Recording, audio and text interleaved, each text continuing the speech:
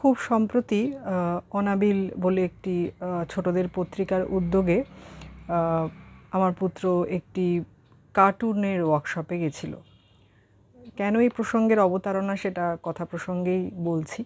তো সেই ওয়ার্কশপটি পরিচালনা করেছিলেন ফিলিপ ডি রিডার বলে একজন। তিনি প্রাক্তন ইস্ট বেঙ্গলের কোচ এবং কার্টুন শিল্পীও বটে। তো আমরাও যারা গার্জেন ছিলাম তারা ওখানে প্রেজেন্ট ছিলাম দেখার জন্য যে উনি কী করাচ্ছেন। এবার ওনার আঁকার পদ্ধতি দেখে আমার একটু নিজের ইচ্ছা হলো যে কেন এখন বাচ্চাদের কার্টুন শেখাতে বা কার্টুনের কর্মশালায় মানুষজন নিয়ে যেতে উদ্যোগী হচ্ছে সেটা একটু জানার চেষ্টা করি। জানতে গিয়ে দেখলাম যে কার্টুন নিজেরা আঁকলে শুধু যে ধৈর্য বাড়ে বা নিজের কল্পনা শক্তির বিকাশ ঘটে সেটা নয়, মানে এর সবথেকে ভালো যেটা জিনিস সেটা হচ্ছে ফাইন মোটর স্কিলস এবং একাগ্রতা, ভাবনা চিন্তা এগুলোর প্রচণ্ডভাবে বিকাশ ঘটে, যেটা এখন বাচ্চাদের মধ্যে ভীষণ কম দেখা যাচ্ছে। আমাদের ছোটোবেলাতে এরকম ধরনের এক্সপোজার ছিল না। আমরা বরং আমাদের কমিক্স কার্টুন বলতে আমরা সেই চাচা চৌধুরী, বাঁটুল, নন্টে ফন্টে, টিনটিন, অ্যাস্টেরিক্স এগুলোর মধ্যে সীমাবদ্ধ থাকতাম। কিন্তু নিজেরা এঁকে দেখব বা নিজেরা কোনো চরিত্র সৃষ্টি করব এটা কখনো সেভাবে মনে হয়নি। কিন্তু আমি অদ্ভুতভাবে দেখলাম, মানে ওই কর্মশালার আগেও পরে অনেক বাচ্চারাই কিন্তু নিজেদের চরিত্র আঁকছে বা কোনো একটা শেপ এঁকে, মানে যেটা আরও বলছে বিশেষজ্ঞরা যে জ্যামিতিক আকার দিয়ে সেখানে যে তারা বিভিন্ন ক্যারেক্টার আঁকছে তাতে প্রচণ্ডভাবে ফাইন মোটর স্কিলসের ডেভেলপমেন্ট হচ্ছে এবং অনেক ছোটরাও এই জিনিস করছে।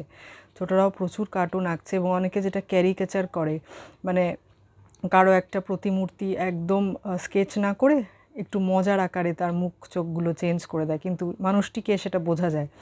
তো এই ক্ষেত্রগুলোতে দেখা যাচ্ছে যে এত সুন্দরভাবে কল্পনা শক্তি প্রকাশ ঘটছে যে বাচ্চারা নিজেদের চরিত্র সৃষ্টি করতে পারছে এবং তাদের ভীষণভাবেই কল্পনা শক্তিটা বাড়ছে। তো আমরা যখন বলি যে কার্টুন দেখো না বা কার্টুন দেখাটা সবসময় ক্ষতিকর, সেটা কিন্তু আদতে নয়। এই টিভিতে কার্টুন দেখতে দেখতে ওখানে ইন্টারাকশানে শুনছিলাম যে একাধিক বাচ্চার কিন্তু নিজের একটি কার্টুনের চরিত্র সৃষ্টি হয়ে গেছে এবং সে আঁকতেও পারছে একটি শেপের মধ্যে। সে সেরকম চোখ মুখ এঁকে একটি কার্টুনের মানে চরিত্রের জন্ম দিচ্ছে। এত ভালো লাগছিল দেখে, মানে আমরা যখন এই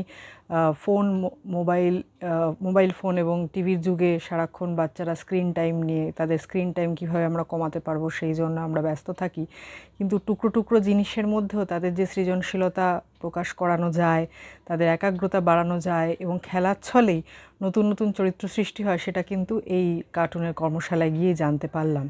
মানে খুব ভালো লাগলো, নিজেরও জ্ঞান আহরণ হলো এবং ছোটদের দেখতেও পেলাম সেইভাবে করতে। আপনাদেরও যদি এরকম কোনো বিশেষ কার্টুন ক্যারেক্টার ভালো লেগে থাকে বা নিজের সৃষ্টি করা কোনো কার্টুন ক্যারেক্টার থাকে আমাকে অবশ্যই জানাবেন। যদিও আমার জ্ঞান নন্টে ফন্টে, বাঁটুল, টিনটিনের মধ্যেই সীমাবদ্ধ, কিন্তু পৃথিবীতে আরও অনেক কমিক্স ক্যারেক্টার আছে, কার্টুনরা আছে, তাদের বিষয়ে আমি জানতে আগ্রহী, টুকটাক করে জানছিও এখন, যেহেতু এই কর্মশালার পর আগ্রহ বেড়েছে। সেই জন্যই এটা ভাগ করে নিলাম সকলের সঙ্গে। আপনাদেরও যদি এরকম কোনো অভিজ্ঞতা থাকে অবশ্যই জানাবেন এবং আমি আরও পড়তে আগ্রহী হব বিভিন্ন কার্টুন ক্যারেক্টার নিয়ে। আজকে মেধার চ্যাট বক্সে এই পর্যন্তই। নতুন একটি অভিজ্ঞতা হয়েছিল, তাই সকলের সঙ্গে ভাগ করে নিলাম। আবার পরের পর্বে দেখা হবে নতুন কোনো বিষয়, নতুন কোনো অভিজ্ঞতা নিয়ে। নমস্কার।